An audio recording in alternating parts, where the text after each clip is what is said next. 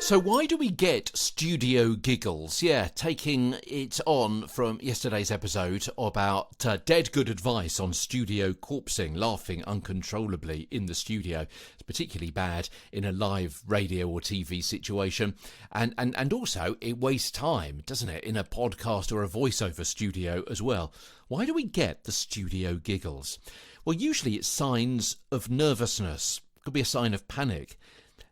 Laughter like this is rarely sparked off by genuine humour, someone actually saying something which is particularly funny. It's the psyche's safety valve blowing to release a build-up of tension, perhaps. Anything incongruous or slightly amusing can trigger it. A double entendre, perhaps.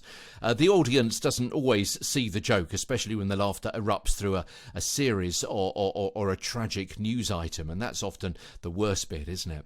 Self-inflicted pain, as I mentioned yesterday, is a reasonable second line of defence. Some presenters bring their mirth under control by resorting to almost personal torture, digging nails into the palm of their hands or grinding the toes of one foot with the heel of the other. A less painful way to prevent corpsing is to not permit yourself to be panicked and pressured in the first place.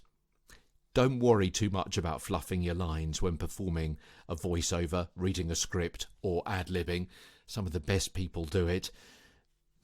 You know, I've got a link in the show notes to Richard Burton recording his narration for War of the Worlds and fluffing his lines. So, you know, if he can do it, anyone can do it. He didn't corpse, but maybe you could. And one of the best ways to avoiding corpsing is, as we've said before, preparation, double-checking the scripts, rehearsing the words, being comfortable with the read in the room, the script and the studio, and those relaxation and breathing exercises to calm you down. But sometimes, yes, sometimes, corpsing is almost unavoidable. From London, I'm Peter Stewart.